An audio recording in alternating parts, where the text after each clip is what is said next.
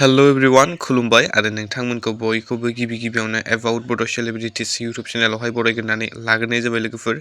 स' लोगोफोर नोंथांमोननि गेजेराव फैदों आं दायो गोदान मोनसे आपकामिं अफिसियेल बर' मिउजिक भिडिअनि सायाव आपडेट्स लानानै। लोगोफोर ओरैनोथ' नोंथांमोना बे भिडिअनि टाइटेल थाम्बनेल आरो इन्ट्र'खौ नायनानै एसेबाबो मिथिखाबाय जानांगौ नङा होमबा लोगोफोर। स' आबुङै मिथिनो थाखाय नोंथांमोना भिडिअखौहाय जोबजासिम नायलांबाय थादो लोगोफोर। स' लोगोफोर बे गोदानै फैनो गोनां आपकामिं अफिसियेल बर' मिउजिक भिडिअनि मुं एबा टाइटेलानो जाहैबाय थारियां। ओमफ्राय लोगोफोर बे गोदानै फैनो गोनां थारियां आपकामिं अफिसियेल बर' मिउजिक भिडिअ जों गाहाय फाव खालामनायखौ नुनो मोनगोन जेनिफार दैमारि बिथांजों लोगोसे अनसुमा बसुमतारी बिथांमोनखौ। आरो बे गोदानै फैनो गोनां आपकामिं अफिसियेल बर' मिउजिक भिडिअनि मेथाइखौ रोजाबदों मिजिं बरगयारी बिथांजों लोगोसे एलिसा बर' बिथां। आरो बे आपकामिं अफिसियेल बर' मिउजिक भिडिअनि डाइरेक्सनखौ खालामदों कार्ल मार्क्स दैमारि बिथां आरो डिअपि एन्ड पस्ट प्रडाक्सनखौ खालामदों दिमासा दैमारि बिथां। ओमफ्राय लोगोफोर बे गोदानै फैनो गोनां थारियां आपकामिं अफिसियेल बर' मिउजिक भिडिअखौ जोङो बबे प्रडाक्सन एबा इउटुब चेनेलावहाय नुनो मोनगोन होनोब्ला लोगोफोर थारियां आपकामिं अफिसियेल बर' मिउजिक भिडिअखौ जोङो नुनो मोनगोन एएसके बड' प्रडाक्सन इउटुब चेनेलनि आन्दारावहाय। ओमफ्राय लोगोफोर बिनिनो गोदानै फैनो गोनां थारियां आपकामिं अफिसियेल बर' मिउजिक भिडिअनि अफिसियेल टिजारखौबो एएसके बड' प्रडाक्सन इउटुब चेनेला अलरेडि हगारखाबाय लोगोफोर जे नायाखै नोंथांमोना नायनो हासिगोन। ओमफ्राय लोगोफोर नोंथांमोना सोर बे गोदानै फैनो गोनां थारियां आपकामिं अफिसियेल बर' मिउजिक भिडिअखौ नायनो थाखाय दानिफ्रायनो जोबोरै एक्साइटेड जानानै दं कमेन्टआव खोन्थाहरदो लोगोफोर आरो नायनो थाखाय एसे नेनानै थाथ'दो। स' लोगोफोर बिनिनो शुटिंनि ससे भिडिअ क्लिप नोंथांमोना होनानै नोंथांमोना नायना लाबानो जाबाय।